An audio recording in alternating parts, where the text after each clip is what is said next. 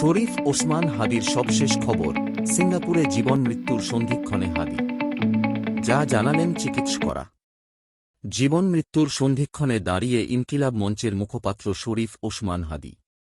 ঢাকা ৮ আসনের এই স্বতন্ত্র প্রার্থী বর্তমানে সিঙ্গাপুর জেনারেল হাসপাতালে চিকিৎসাধীন। কিন্তু ডাক্তাররা বলছেন, অবস্থা এখনও চরম সংকটাপন্ন। দেশবাসীর মনে এখন একটাই প্রশ্ন, কেমন আছেন হাদি? মঙ্গলবার দুপুরে সিঙ্গাপুর থেকে আসা খবর মোটেও স্বস্তির নয়। বিশেষজ্ঞ চিকিৎসকদের নিয়ে একটি বিশেষ মেডিকেল টিম গঠন করা হয়েছে। হাদির মস্তিষ্কের ভেতরে এখনও বুলেটের টুকরো আটকে আছে। ব্রেন স্টেমে প্রচণ্ড আঘাতের কারণে মস্তিষ্কে রক্তচাপ ও ফোলা কমার কোনো লক্ষণ নেই। ডাক্তারদের ভাষায়, হাদি এখন একটি বিশেষ টাইম উইন্ডো বা গুরুত্বপূর্ণ সময়ের মধ্য দিয়ে যাচ্ছেন। সিঙ্গাপুর থেকে হাদির বড় ভাই ওমর জানিয়েছেন, ব্রেন ছাড়া হাদির শরীরের বাকি অঙ্গগুলো মোটামুটি সচল আছে।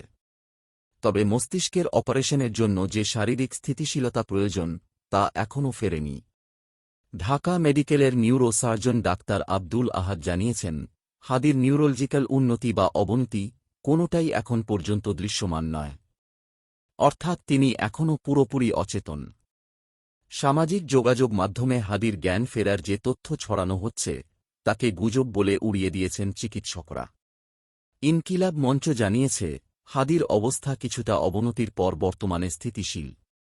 গত শুক্রবার পুরানা পল্টনে দুর্বৃত্তদের গুলিতে মাথায় গুরুতর আঘাত পান তিনি। উন্নত চিকিৎসার জন্য সোমবার সন্ধ্যায় তাকে এয়ার অ্যাম্বুলেন্সে সিঙ্গাপুরে নেওয়া হয়। চিকিৎসা বিজ্ঞানের সর্বোচ্চ চেষ্টা চলছে, তবে এখন অলৌকিক কোনো পরিবর্তনের অপেক্ষায় সবাই। হাদির পরিবার ও সহকর্মীরা দেশবাসীর কাছে দোয়া চেয়েছেন। হাদির শারীরিক অবস্থার প্রতিটি আপডেট পেতে আমাদের সাথে থাকুন।